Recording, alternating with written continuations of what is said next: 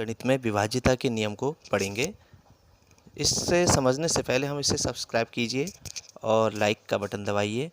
इसमें हमने जो संख्या है उनको देखना है कि किस संख्या से वो विभाज्य हो सकता है, किस संख्या से वो संख्या विभाज्य नहीं हो सकती।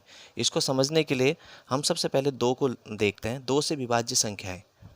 2 से विभाज्य संख्या सबसे आसान होती है। इसमें हमने कोई भी कितनी बड़ी संख्या है, जैसे मान लिया हमारे पास 34,568 है, ठीक है। इसमें हम ये देखेंगे कि इकाई का अंक अगर हमारा 2 से विभाज्य है तो पूरी संख्या 2 से विभाज्य होगी, 2 से इसमें पूरा भाग जाएगा।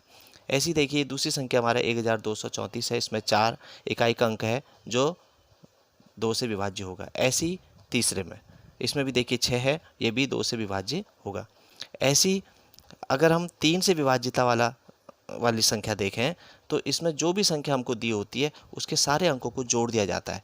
जैसे 246 है, इसमें हम 2 धन 4 धन 6 ये जोड़ रहे हैं और हमारा ये 12 आ गया। अब ये 3 से अगर हमारा पूरा इसमें भाग जा रहा है तो ये अगर पूर्ण भाग इसमें हो रहा है तो ये संख्या 3 से विभाज्य संख्या कहलाएगी। इसी तरह से 4 से विभाज्य संख्या को समझना है। इसमें अगर कोई संख्या हमारे पास है तो उसके इकाई और दहाई के अंक से बनी संख्या को अगर हम 4 से विभाज्य करें तो अगर उसमें पूर्ण भाग हो रहा है, यानी जैसे 28 है, 1228 संख्या है, इसमें 28 में हमारा 4 का पूरा भाग जा रहा है तो यानी पूरी संख्या हमारी 4 से विभाज्य होगी। ऐसी यहाँ पर 4936 हम ले रहे हैं, 36 हमारा 4 से विभाज्य है, इसलिए पूरी संख्या 4 से विभाज्य होगी। अगर इनके स्थान पर दोनों जगह शून्य आ रहा है, यहाँ भी शून्य है, यहाँ भी शून्य, तो ये 4 से तब भी विभाज्य होगी। यानी शून्य हो या दोनों अंक 4 से विभाज्य होने चाहिए। इसी तरह से 5 से विभाज्य संख्या हमने देखना है तो इसमें यह देखेंगे कि उसका जो इकाई के अंक हैं वो या तो शून्य हो या 5 हो, तब वो 5 से विभाज्य संख्या कहलाएगी। जैसे यहाँ पर हमारा 12,340 है, ये 5 से विभाज्य होगा क्योंकि इसके इकाई में शून्य है। ऐसी 12,345 है, इसका इकाई का अंक 5 है तो ये 5 से विभाज्य होगी। इसी तरह से 6 से विभाज्य संख्या हमने देखनी है। इसमें जो संख्या 2 और 3 दोनों से विभाज्य हो वो संख्या 6 से भी विभाज्य होगी। जैसे ये 24 है, 2 से भी इसमें पूरा भाग जा रहा है और 3 का भी, तो अगर ये 2 और 3 दोनों का इसमें भाग जा रहा है तो 6 से भी विभाज्य होगी। ऐसी संख्या और भी कोई हो, बड़ी संख्या भी है, अगर वो 2 और 3 से पूरा उसमें भाग जा रहा है तो वो 6 से भी विभाज्य होगी। ऐसी जैसे 12 है, 12 भी 2 और 3 दोनों से विभाज्य है, इसलिए 6 से भी विभाज्य होगी। अब हमारा अगला है 7 से विभाज्य संख्या।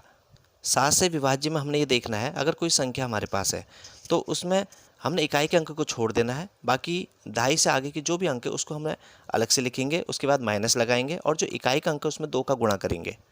2 का गुणा करके वो संख्या जितनी भी है उसको घटा देंगे आगे वाले अंकों से। तो घटाने के बाद जो संख्या आएगी वो 7 से अगर विभाज्य है तो पूरी संख्या भी 7 से विभाज्य होगी। जैसे 812 है तो हमने इकाई का अंक छोड़ देना है, आगे के अंक जो है उसको लिखना है ऐसे, जैसे हमने यहाँ पे 81 लिखा है और ऋण लगाएंगे और 2 यहाँ पर जो अंक होगा उसको 2 से गुणा करेंगे, यानी जैसे यहाँ पर 2 है तो 2 से गुणा कर रहे हैं तो 4 हो जाएगा इसकी जगह में, ये 4 और इससे घटा देंगे तो ये 77 हो गया। 77 हमारा 7 से विभाज्य है, इसलिए 812 भी 7 से विभाज्य होगी। इसी तरह से 8 से विभाज्य में हम ये देखेंगे जिस संख्या में इकाई दहाई सैकड़ा अंकों से बनी संख्या अगर 8 से विभाज्य है तो वह पूरी संख्या वाले कितने अंकों की हो वह 8 से विभाज्य होगी। जैसे यहाँ पर देखिए 1 6 8 है, ये हमारा 8 से भाग जाता है इसमें पूरा, तो पूरा जा रहा है इसलिए पूरी संख्या 8 से विभाज्य होगी। या फिर इन तीनों स्थानों में यानी इकाई दहाई सैकड़ा वाले स्थान में शून्य अगर है तो भी संख्या 8 से विभाज्य होगी। ऐसी 9 से विभाज्य हम देखेंगे जिस संख्या के अंकों का योगफल 9 से विभाज्य हो वह संख्या 9 से विभाज्य होती है। जैसे हमारे पास ये 4 6 8 9 एक संख्या है, इसके सारे अंकों को हम जोड़ रहे हैं, जोड़ के ये 27 आ रहा है। अब ये 9 से हम भाग दे रहे हैं तो 9 का इसमें भाग जा रहा है, 9 से भाग अगर पूरा जा रहा है तो ये पूरी संख्या भी 9 से विभाज्य होगी। ऐसी 10 से विभाज्य संख्या अगर हम देखें तो उसमें हमने ये देखना है कि इकाई का अंक शून्य होना चाहिए, इस और शून्य है तो वो 10 से विभाज्य होगा। इसी तरह से 11 से विभाज्य देखना है। इसमें यह देखेंगे जब कोई संख्या हमें दी है उसके सम स्थानों के अंकों का योग और उसके विषम स्थानों के अंकों का योग का अंतर करेंगे हम, और वो 11 से विभाज्य है या शून्य है या तो वह संख्या 11 से विभाज्य होगी। जैसे एक संख्या बहुत बड़ी हमने एक संख्या ली है, इसमें ये संख्या 1729937 ये संख्या है, तो हम यहाँ से चल रहे हैं ये 2 ये 4 और ये 6, यानी ये सम स्थान हैं, तो इनके अंकों को हमने यहाँ लिख दिया है।